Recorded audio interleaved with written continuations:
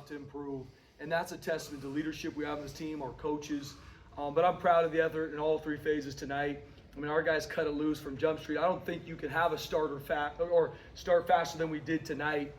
Just proud of our guys. And I mean, I think it was Maddox Madsen's best game as a Bronco. I mean, absolute meticulous. Over 300 yards passing, first time we've had that in a long time. I mean, he is on fire. I mean, Ashton Genty, he's the best player in the country. We're getting everything thrown at us to stop the run. He continues to wear out defenses and continues to lead this team. Latrell Caples, 3 touchdowns, one of the biggest leaders on our team, not even just in the receiver room or in offense, but our whole team. He actually spoke to our team this week about no flinch, no flinch. Don't fear failure, no flinch. And that's the type of leaders we have. And so, hats off to Latrell Caples and even our offensive line. I mean, that was one of the third leading team in the nation in regards to sacks. They had the leading guy who got sacks all year in Trey White, and our guys went out there. I think we gave him 1 sack. So that's a testament to our guys, their prep, Coach Keene, moving guys around and being on the attack. Defensively, one of our best games all year in regards to total yards defensively. We knew Sean Lewis was always going to have a really good plan. He's a big-time offensive head coach. They're going to be tempo. They're going to be on the attack. They're going to use splits to their advantage. They got, a running back that's, rushed for over 4,000 yards in his career, and our guys did a really good job. Still some explosive plays out there we want to have back, and obviously the reality when you are up big in these games, we want to get other guys repped. We need to. That's how we build the depth of our team.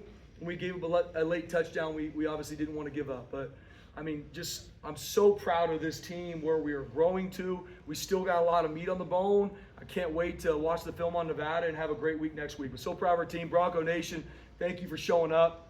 I think 9th largest crowd in history. Strike the stands. I mean, it was awesome. It was awesome. It was an awesome atmosphere, and we're going to need that and more next week against Nevada. But thank you, Bronco Nation. We're going to keep learning and growing and excited where we're headed. Spencer, every time we talk about Maddox, it always feels like I'm proud of him. He was good, but I know there's more there. Did we see more is there tonight? I mean, he didn't seem like he missed really on anything. We absolutely did, Jay. I mean, Maddox Madsen played elite tonight. And I still believe there's a lot more in the tank for Maddox. And I'm always going to say that about our team and about our players, because that's life. There's always a climb we are on. It's never going to be an arrival point. But Maddox Madsen played elite tonight. And I know we're going to watch the film. There's going to be a couple things that he needs to improve in. I know there's a couple throws. That's what we do as coaches, right? Hey, learn and grow. This is what you did well. This is what you need to improve in. But Maddox played big time tonight. I mean, what he did with the football, no interceptions, how he was able to run for some first downs, create conflict, make the throws he needed to, stay in it. I am very proud of Max, and that's who he is. Mad Dog is an elite competitor. I mean, I promise you he's going to be in here watching film tomorrow. That's who he is. And he's going to continue to improve, and he played a big-time game tonight. If people are going to stack the box against Ashton, how much do you need that? I think we kind of saw it in the opening drive of the second half, where San Diego State didn't have as many guys in there, and Ashton had like 60 yards rushing on that drive alone. Yeah, absolutely. I mean, Ashton Genty is the best football player in the country. But this is a really stinking good football team. And I tell our team that every week we talk about what do we learn. It's not just the negatives. I tell them, like, every week I find out more and more how tough this team is, how gritty this team is, how much this team loves each other. And we got a really good football team. And this football team's even going to improve. This is new beginnings. We got a new season every week. And Maddox Madsen, who he is, our passing attack, I mean, we're getting the kitchen sink thrown at us in regards to stopping the run.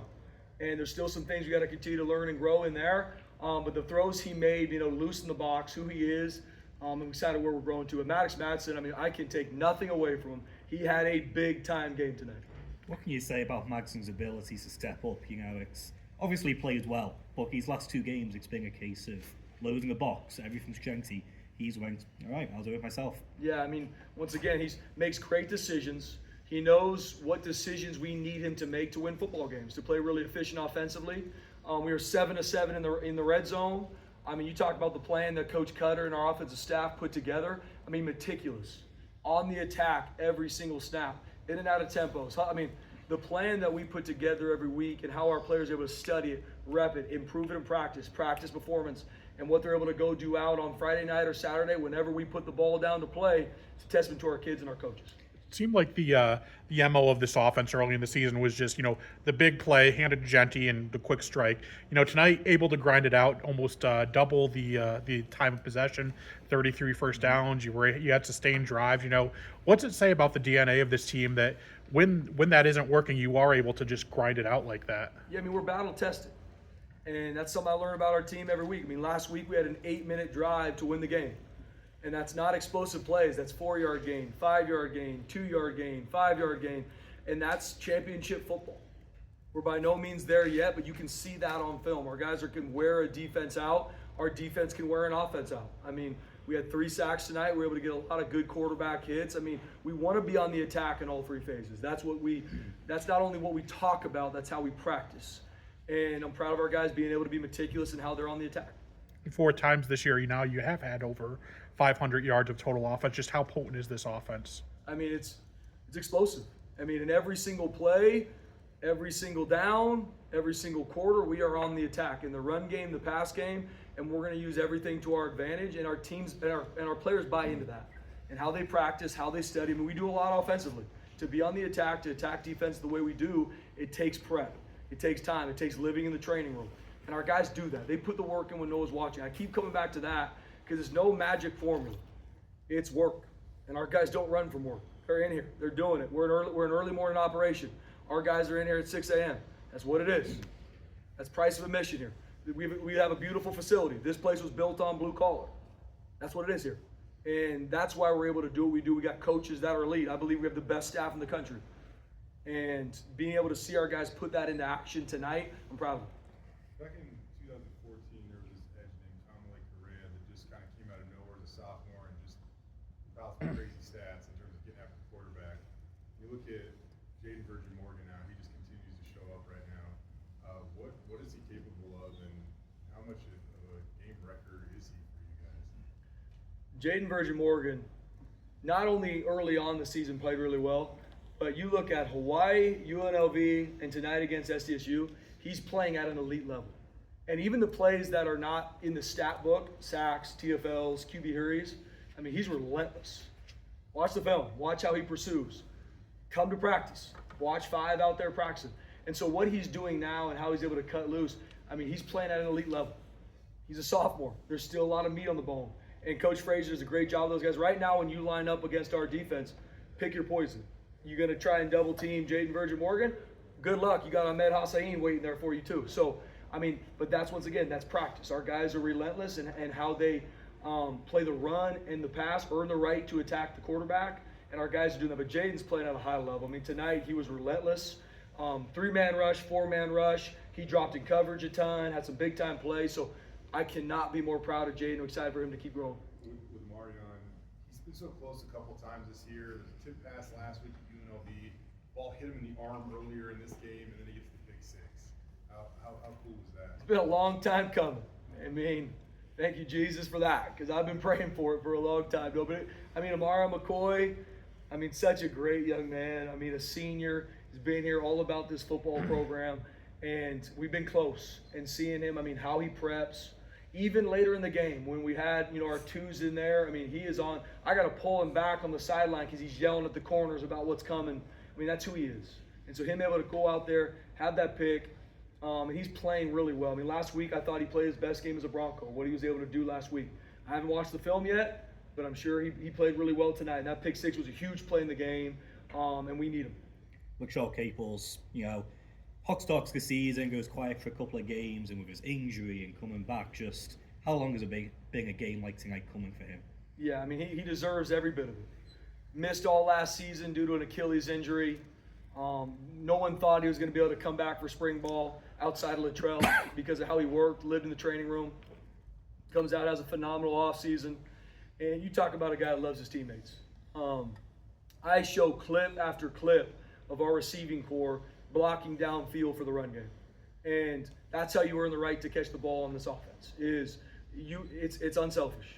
It's how can I help my teammate? I might get the ball. I might have a game like Luttrell tonight where I get 3 touchdowns. Huge game by Luttrell. But he earns the right with how he practices and how he blocks for his teammates. And it is a long time coming. I mean, you talk about a guy that how he practices and who he is as a teammate, who he is as a leader. I think the absolute world of Luttrell. He impacts me every single day. On those touchdowns, it looked like he was getting some separation. What do you see from his route running? Yeah, he's an elite route runner. And he's going to continue to grow and improve. And we put Luttrell everywhere.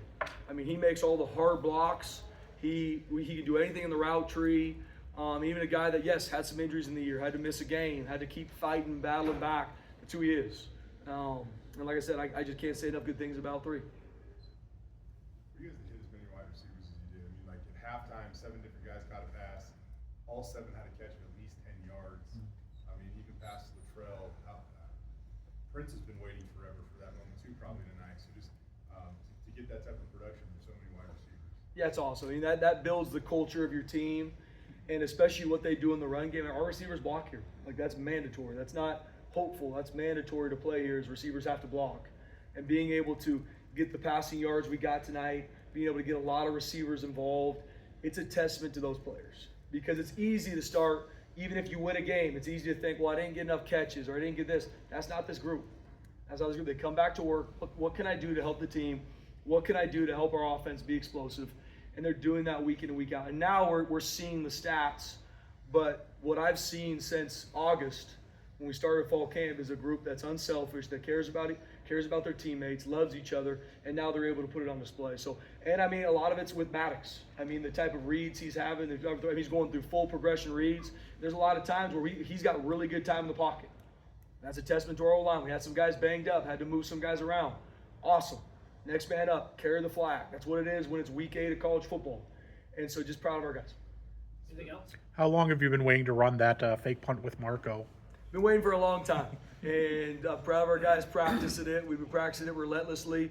Coach Collins has done a really good job with it, and I'll be honest with you, it's been something that I've almost called multiple times, but I'm continually doing it in practice. Once again, I see it in practice, consecutive times, doing it really well, a lot of different looks, and I'm proud of Marco executing as a big-time play. Spencer, I asked you a little bit about it earlier this week, and think back a year ago. I mean, this is part of your story. I mean, a year ago this week, there was a very different feel inside of this building. Can you compare the two feelings a year ago to right now?